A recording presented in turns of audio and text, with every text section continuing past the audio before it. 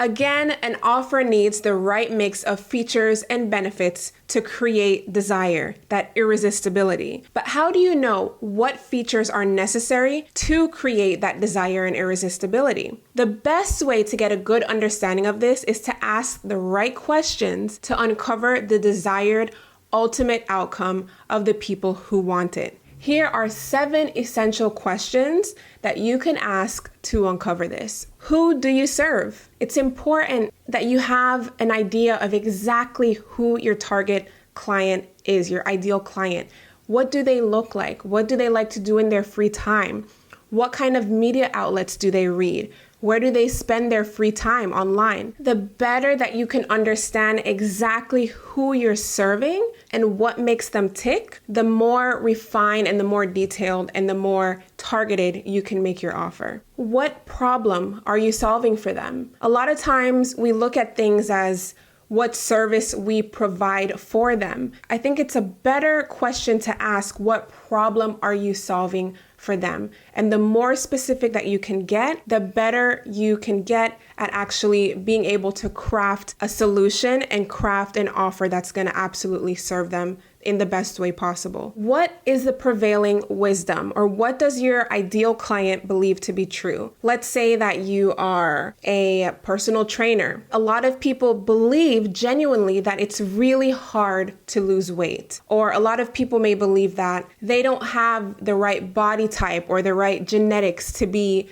the size that they want. They believe that working out is hard.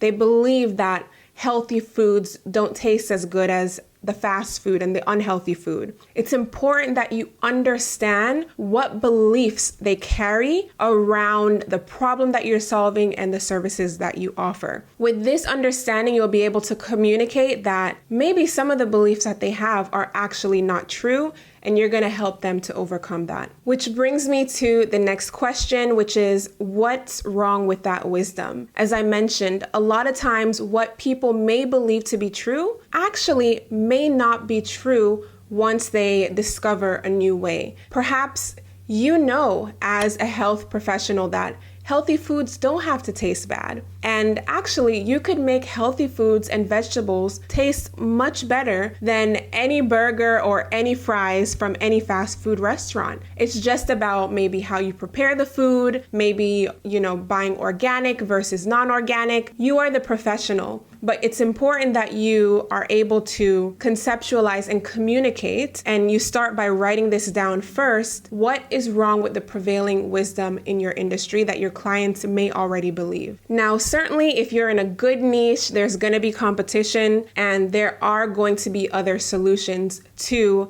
address your ideal client's problem. How are you different from the other solutions? For example, maybe a lot of people are accustomed to doing diets, or they're accustomed to signing up for a gym membership and being on their own to try to figure out exactly what kind of workouts they need. How are you different than the solutions that are out there? Perhaps with you, they're going to get personal accountability.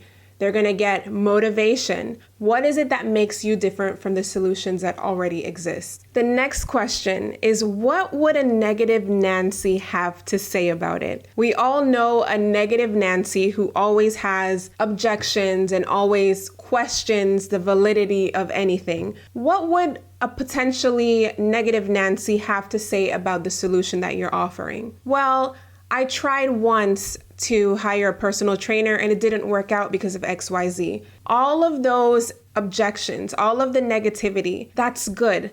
You want to write that down. You want to get that out of your head because you're going to want to address it. This is called overcoming objections. So what are some of those potential objections? And lastly, what do you have to say back? As I mentioned, we're going to be combating those objections. We're absolutely going to be addressing them at some point on our sales page, in our sales pitch, because objections do come up. And that's okay, as long as you know how to address them. By answering these questions, you'll start to paint a clear avatar of your ideal client. And once you've gotten clear on who you serve and essentially what problem you're solving for them, it's going to be much easier for you to be able to craft a solution and know what features and benefits you need to offer.